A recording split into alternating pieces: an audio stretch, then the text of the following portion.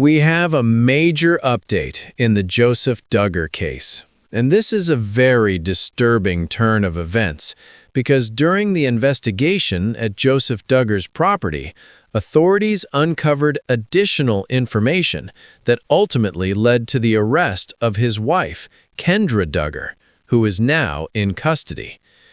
Before we get into all the details, I'm going to be covering this case as new updates come out, so make sure you subscribe to the channel and leave a like on this video.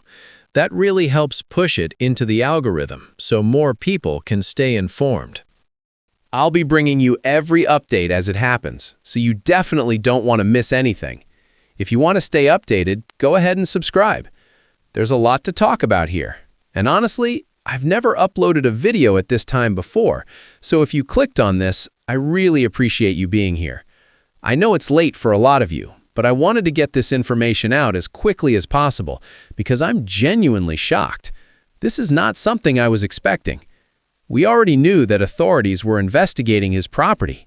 And obviously, that's extremely important, especially when there are children living in the home.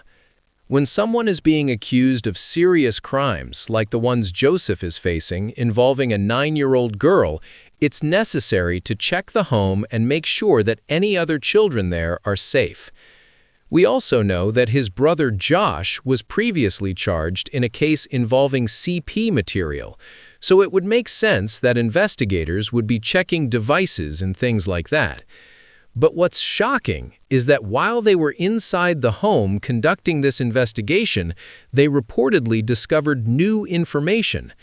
And it's honestly unbelievable. According to what I'm reading, as the investigation continued, additional charges were filed against Joseph Duggar, 31, and Kendra Duggar, 27. This information comes from a statement released today by the Taneytown Police Department.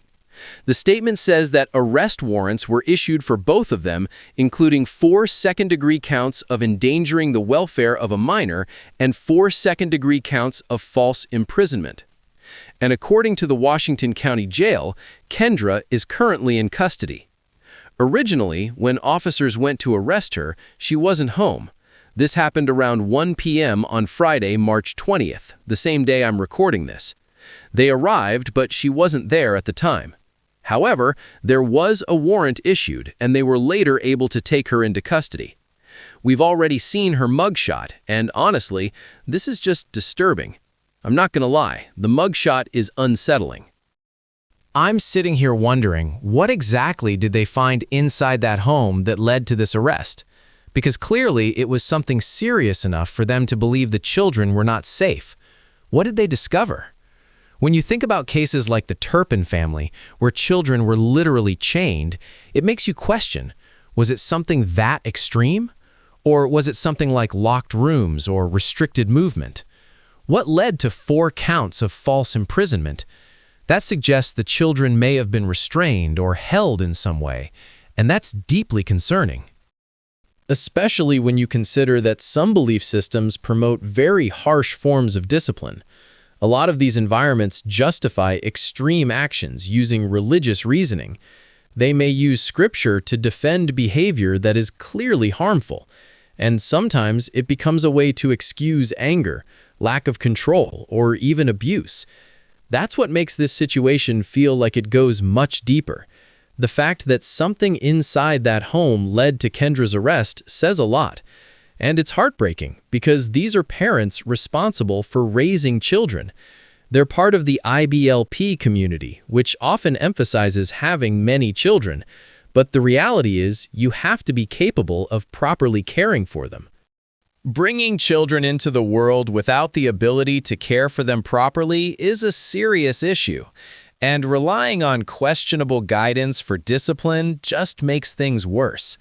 There are many ways a child can be endangered.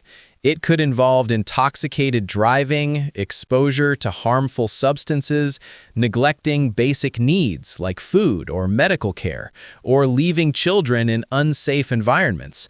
It could also involve physical harm or other serious offenses.